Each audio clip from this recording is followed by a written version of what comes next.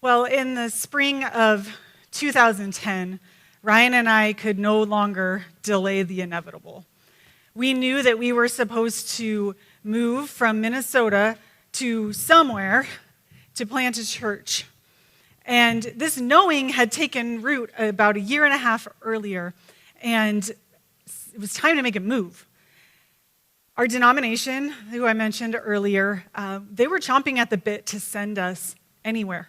We had already gone through a long assessment process to be recommended for church planting, and all we had to do was tell them when we were ready and where we wanted to go. Now, that was awesome because I had a lot of suggestions. We were in Minnesota, and it was spring, and it was not warm yet, and all of my suggestions included a place that had salt air. Can you blame me? No. But it wasn't all me, okay? Ryan forever, even when he was younger, had felt this pull toward the west.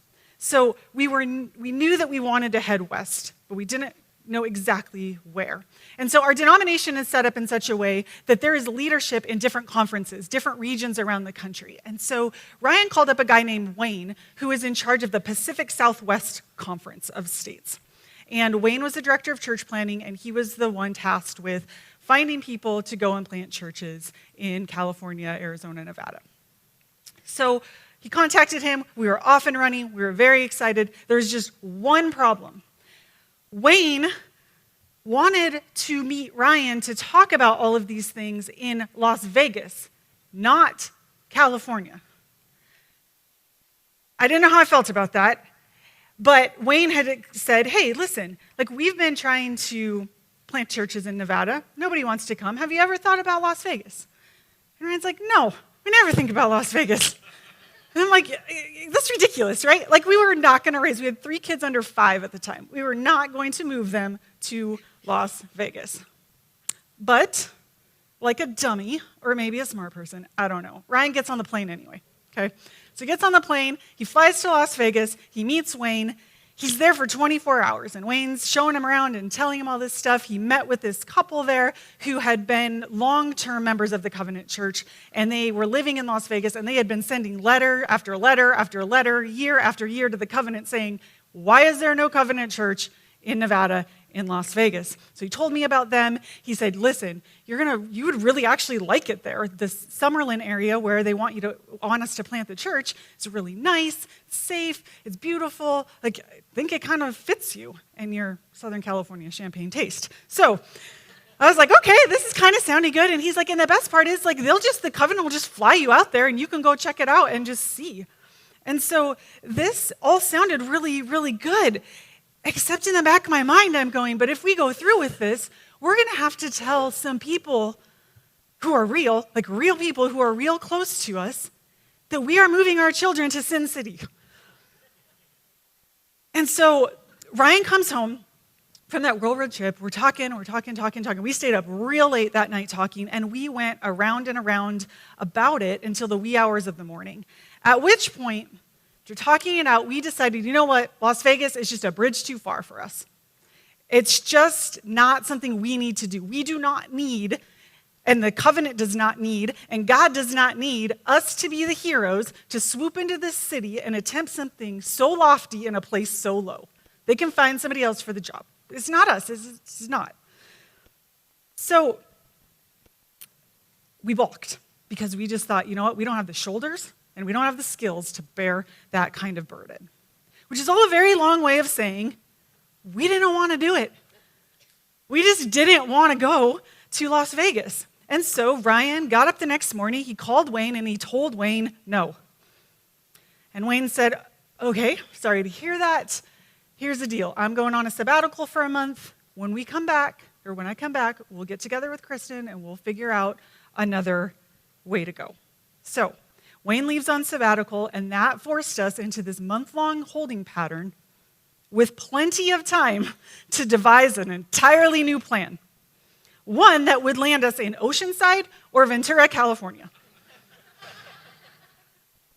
It was a very good plan, you guys. Very good. Until a few weeks into that, when it started to reek of fish. Yeah, we'll get back to that in a minute. Just know I promised you a cruise, so we're going on one. All right, so welcome to the fourth and final week of our four-letter word series, where we have been looking at the word obey. And we have been trying to reframe how we see it. We've been trying to see it not as a word to be despised or balked at, but as an opportunity to grow and develop into the people God is calling us to be. We've talked about how obedience is the fuel for change, for the change that we desire to see in our life. Obedience is what's going to fuel that and propel us forward. Talks about how the scriptures give us clear instructions for where to start and how to do that. And last week, we talked about what we can do when we mess up. And today, I'm going to walk us through some things we can do when we flat out don't want to obey. Because oftentimes, guys, like our sin and our disobedience is just a product of our own selfishness, of our not wanting to. We just don't want to, plain and simple. Because doesn't sin sometimes just feel like a far better, more fun, easier option? It really does. And so we're going to hit this with some truth today. And to do that, we're going to look at one of the Bible's most notorious disobeyers, and arguably like the biggest whiner in the Bible. And because this guy, Jonah, is such a whiner, he's just a whiny baby, I decided, hey, why don't I find the storybook Bible I used to read to my kids when they were whiny babies, and I'm going to introduce you to Jonah here. Okay, so you don't even need your YouVersion app for this part. If you want to get it out and get ready, great. But just sit back and let's just have a little story time. All right? All right, so we're going to be in, well, I don't know where we are. This is Jesus Storybook Bible. Just go with it, people. All right, so it's titled God's Messenger. God had a job for Jonah, but Jonah didn't want it. Go to Nineveh, God said, and tell your worst enemies that I love them. No, said Jonah. Those are bad people doing bad things. Exactly, God said. They have run far away from me, but I can't stop loving them. I will give them a new start. I will forgive them. No, said Jonah. They don't deserve it. I know what I'll do. I'll run away, Jonah said to himself. Far away, so far away that God won't be able to find me. Then I won't have to do what God says. It's a good plan. Because as far as he knew, it was a good plan. But of course, it wasn't a good plan at all. It was a silly plan. Because you can run away from God, but he will always come find you.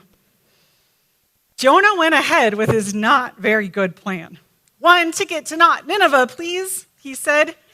And he boarded a boat sailing in the very opposite direction of Nineveh. This is not going to go well for little Jonah. All right, here's the deal. Jonah was one of God's prophets. He was this man who was chosen by God to bring God's message of salvation to the nation of Israel. He was a popular preacher in a prosperous time, and nothing about going to Nineveh seemed logical or appealing. In fact, everything about it posed a threat to Jonah's convenience and his security and his status and all the things. Nineveh was a bitter enemy of Israel, and Jonah would have liked to have seen it destroyed because from his perspective, it was a barbaric place that, if spared, would remain a thorn in Israel's side. So no way was he going to go there and help those fools get right with Jesus. If God needed a hero, he could find someone else to swoop in and attempt something so lofty in a place so low. So, Jonah 1:3, it says, Jonah got up and he went in the opposite direction to get away from the Lord. All right, and then as you have probably heard, I hope you've heard, things go all kinds of bonkers. So, let's see. God sends a storm, right? He sends a storm. Things go crazy. The other sailors on the boat are freaking out, like, what is going on? And Jonah's like, I think I might know. I think I might have something to do with this. So He's like, just throw me overboard and you'll all be spared. So they're like, heck yeah, we're throwing you overboard. So they toss him overboard. The sea calms down, lucky for them, but Jonah's tumbling to the bottom of the sea, and then God sends this really big fish to swallow Jonah up. And then, essentially what happens is God puts Jonah in the world's most disgusting timeout for 3 days and 3 nights to think about what he's done. Parents, don't you wish you could do this sometimes? All right, we're all laughing because it's completely absurd, right? But you guys, this really happened. So it's totally like God, okay? Because when we disobey, short of doing something inconsistent with his character, God will go to any length to get our attention and to bring us back to him and to scoop us up and put us back on dry land and push us out in the direction that he originally called us to go in the first place.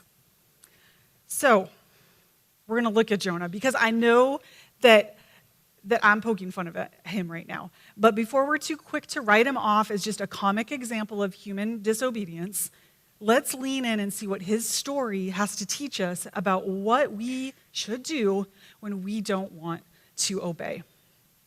And, I think that of all the things we've talked about in this series, not wanting to obey might be where we get tripped up the most.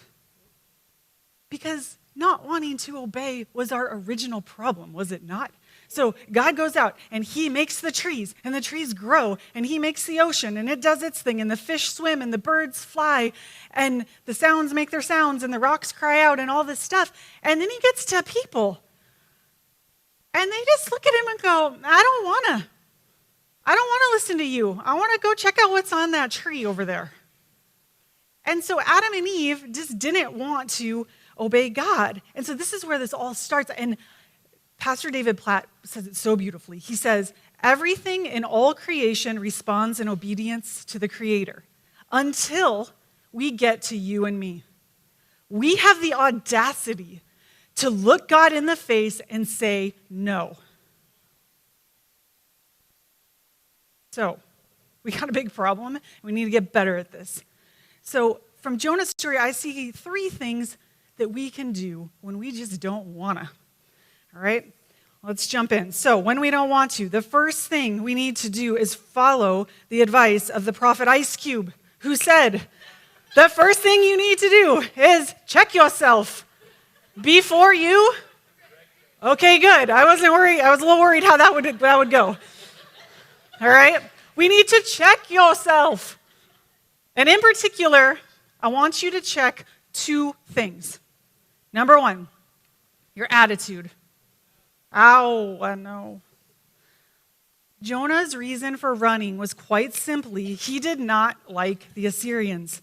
Assyria was this idolatrous, proud, and ruthless nation bent on taking over the world and had long been a threat to Israel, like I mentioned.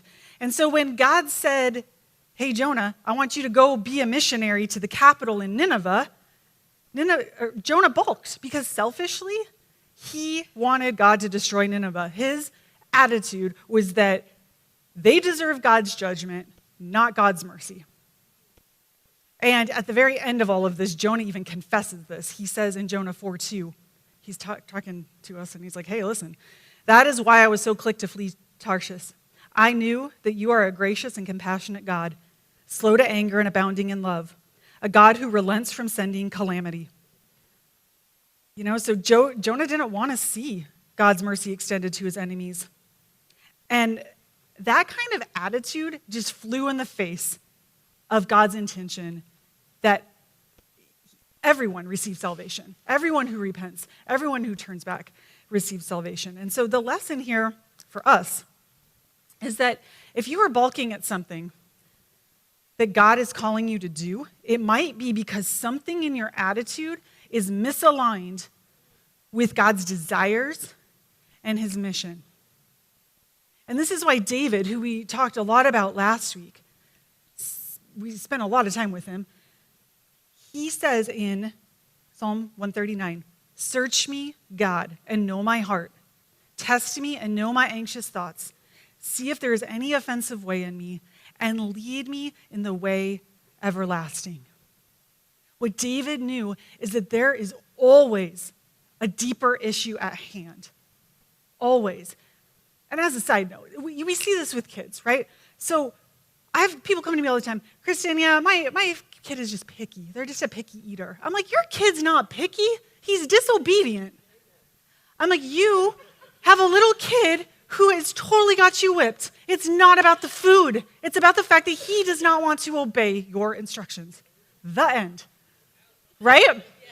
So we see this, and some of us can see this, but we see this in little kids, but then aren't we kids? Like, we do the same thing. There is always a deeper issue. Things like selfishness or arrogance or laziness might be at the root of your not wanting to do what God says. So just take a minute and check and see. So you're going to check yourself by checking your attitude first. And the second thing you're going to check are your idols. Is there something, or maybe several somethings, that you are worshiping more than God right now? And are those things getting in the way of you obeying him?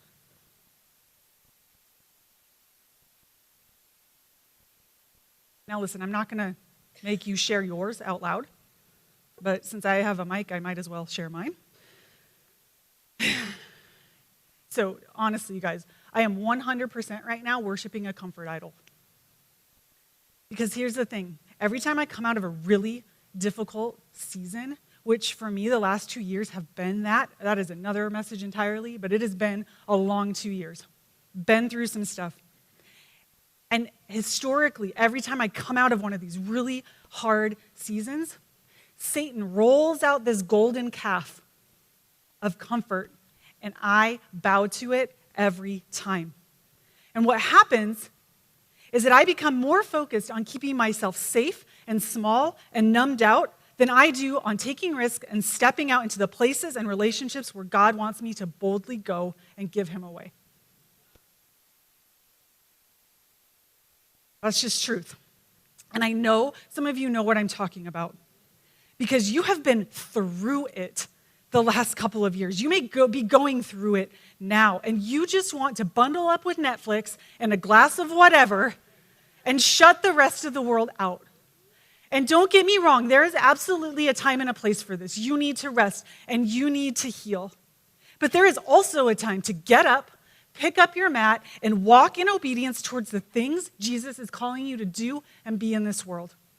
And your comfort is going to have to once again take a back seat.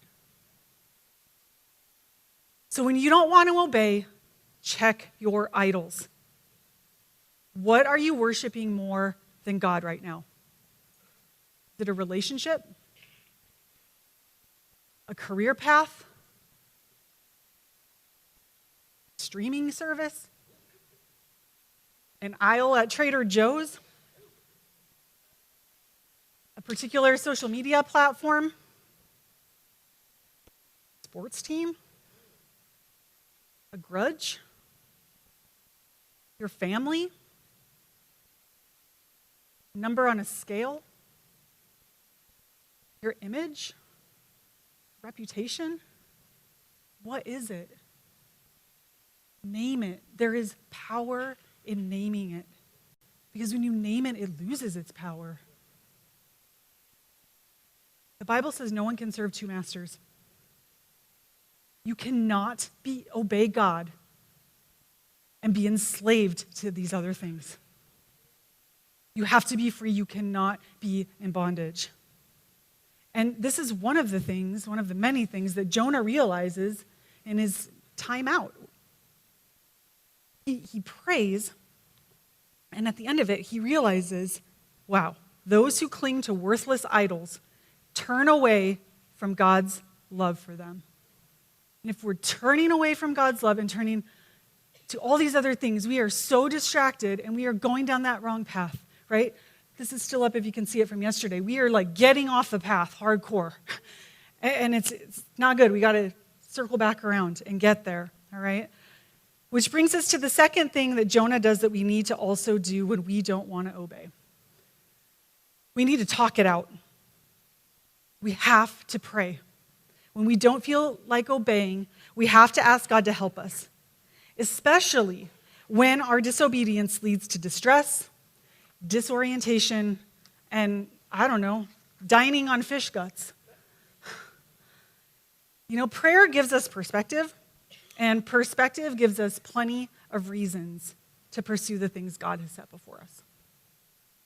For Jonah, obey stopped sounding like a four-letter word after he spent some serious time talking things out with God inside the fish. As he prayed, he realized that he needed God's mercy and grace and forgiveness as much, if not more, than the people in Nineveh. And this realization allowed him to turn back to that path of obedience and recommit to the work at hand. And you can read his entire prayer in Jonah 2. I encourage you to do that. You can kind of see how the light bulbs start going off for him. But here's how it ends. In Jonah 2, verses 9 and 10, he says, I am worshiping you, God, calling out in thanksgiving. I'll do what I promised I'd do. Salvation belongs to God. Jonah doesn't get to say who's saved. God does. Then Jonah spoke to the fish, and it vomited up Jonah on the seashore. You're welcome for that visual. So listen. Brian and I had our own belly of the fish awakening during that end of the month while we were waiting for Wayne to get back from his sabbatical. The further we got into that month and the further we tried to walk toward the beach and away from the desert, things just started to feel really unsettled and weird, and pieces just weren't dropping into place, and we just felt agitated about it, and it wasn't clear. And clarity didn't come until we decided, you know what? Wayne is coming back in 2 days. We are going to give our kids to our family.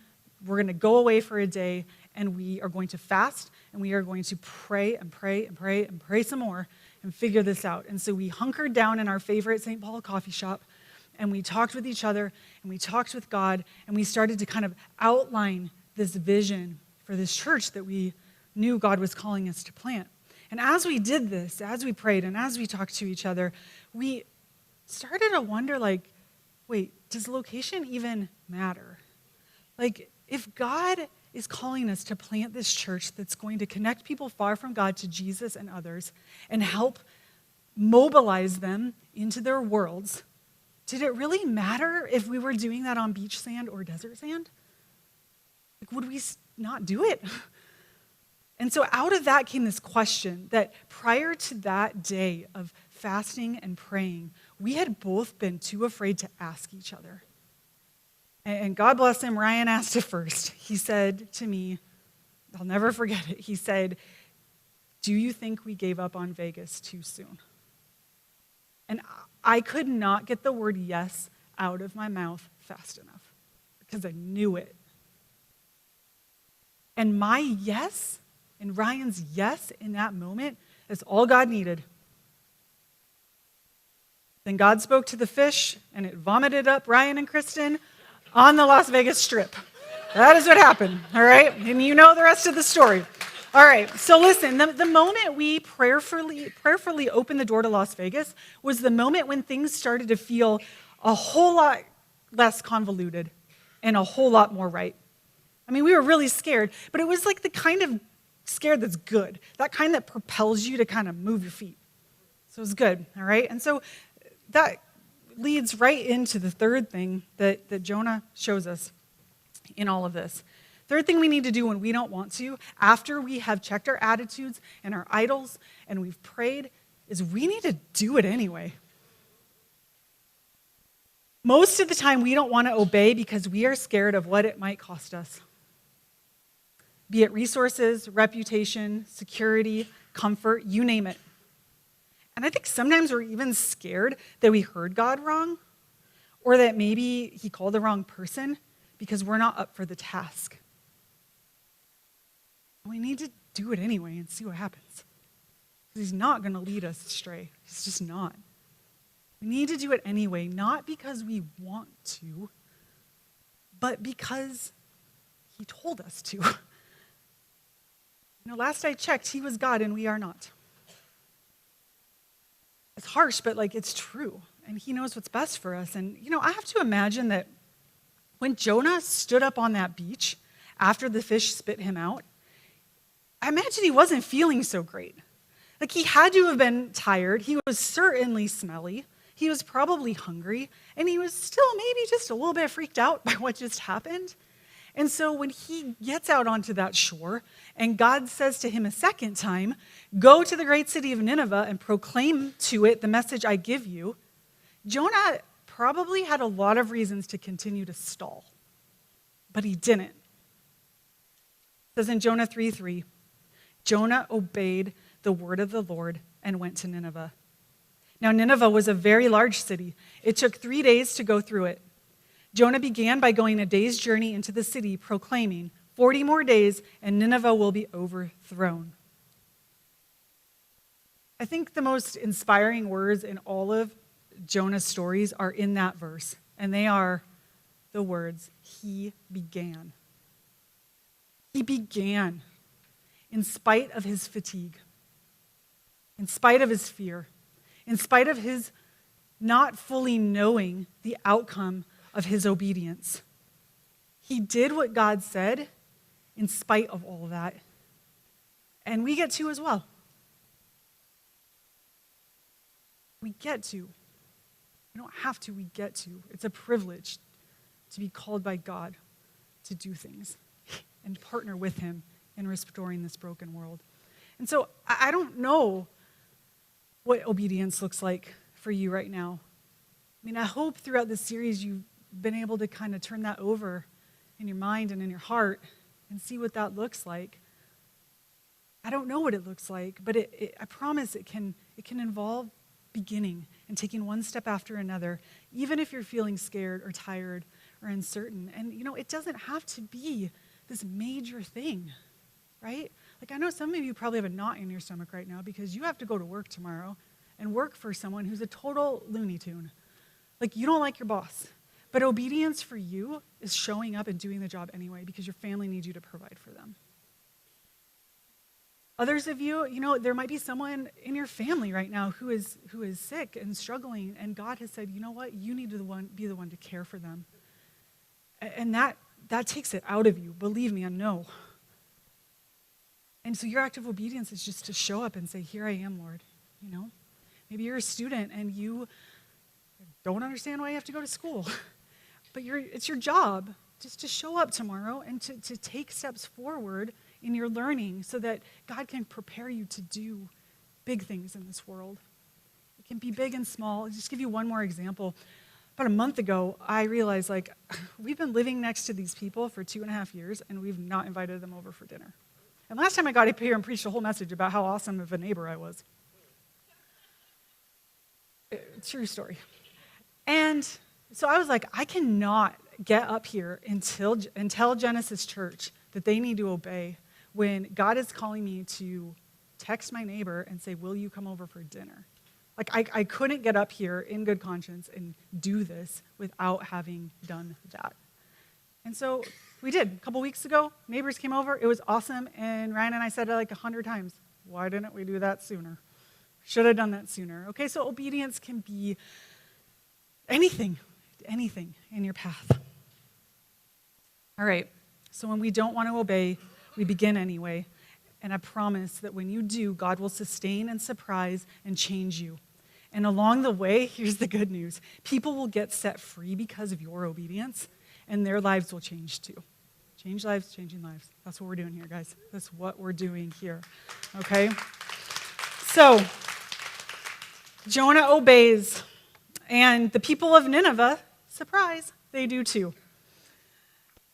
Thereby shifting the entire point of Jonah's story. No longer will Jonah's life be defined by his disobedience. Instead, his life would forever speak to the power and the grace of God to work through his disobedience and into his obedience to produce something for God's glory.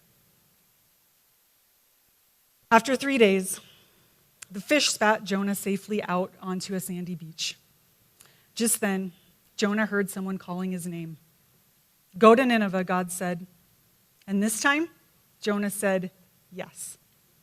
He went straight to Nineveh and told everyone God's wonderful message.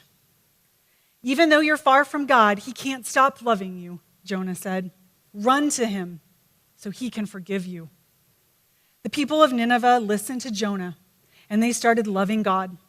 They learned to do what God said and to stop running away from him, just like Jonah.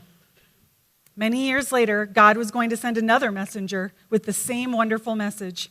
Like Jonah, he would spend 3 days in utter darkness. But this messenger would be God's own son. He would be called the Word, because he himself would be God's message. God's message translated into our own language. Everything God wanted to do and say to the whole world in a person. Let's pray.